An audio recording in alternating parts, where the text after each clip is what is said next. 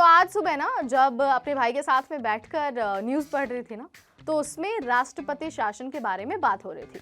तो मेरे भाई ने मुझसे कहा कि यार ये राष्ट्रपति शासन क्या होता है। तो मैंने ना उसे बहुत इजी लैंग्वेज में बहुत अच्छे से समझा दिया। जब उसे समझ में आ गया तो उसके बाद वो कहता है कि यार इतनी इजी लैंग्वेज में तो मुझे किसी ने बताया ही नहीं था।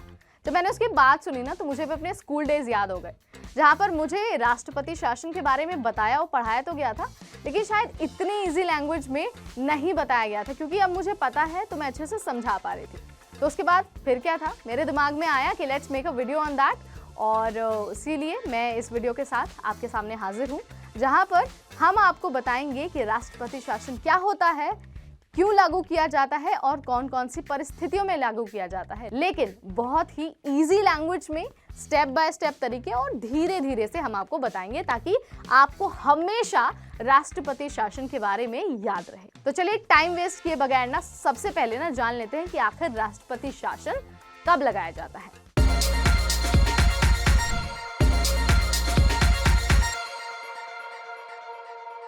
हाय, मेरा नाम है नेहा और आप सबका बहुत स्वागत है एनबीटी टेक एड पर।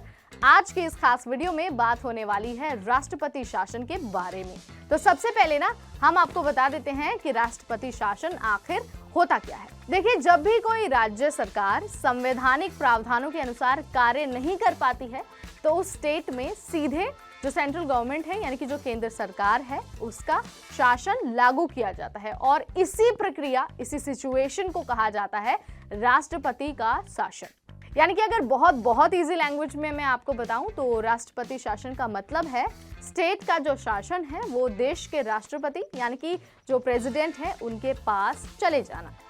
बात अगर संविधान की हो तो आर्टिकल 352, 356 और 365 में राष्ट्रपति शासन से जुड़े प्रावधान दिए गए हैं।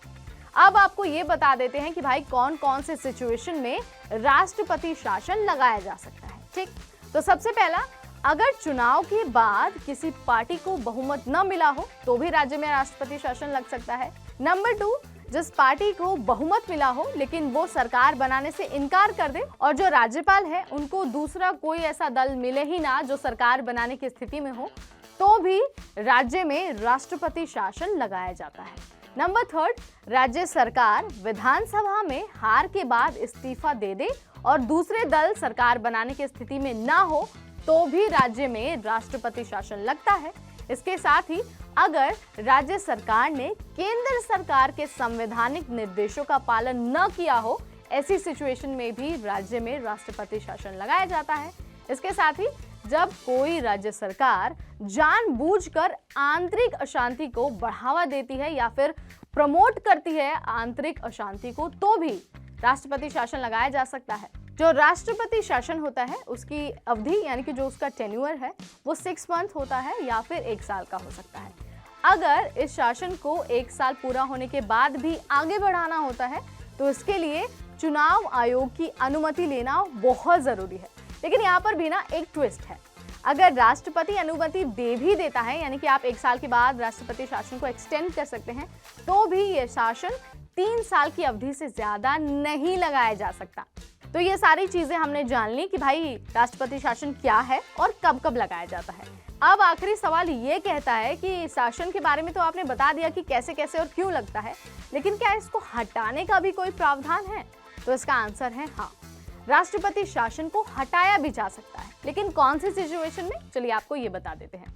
विधानसभा निलंबित किए जाने पर राष्ट्रपति शासन कभी भी हटाया जा सकता है और जो विधानसभा है वो अपनी मूल स्थिति यानी कि जैसा पहले चल रहा था उस स्थिति में लौट सकती है। यानी कि 1 महीना या फिर 2 महीने बाद जब भी कभी भी सरकार बनाने की स्थिति बने ना राज्य में, तो राष्ट्रपति शासन को पूरी तरह से हटाया जा सकता है।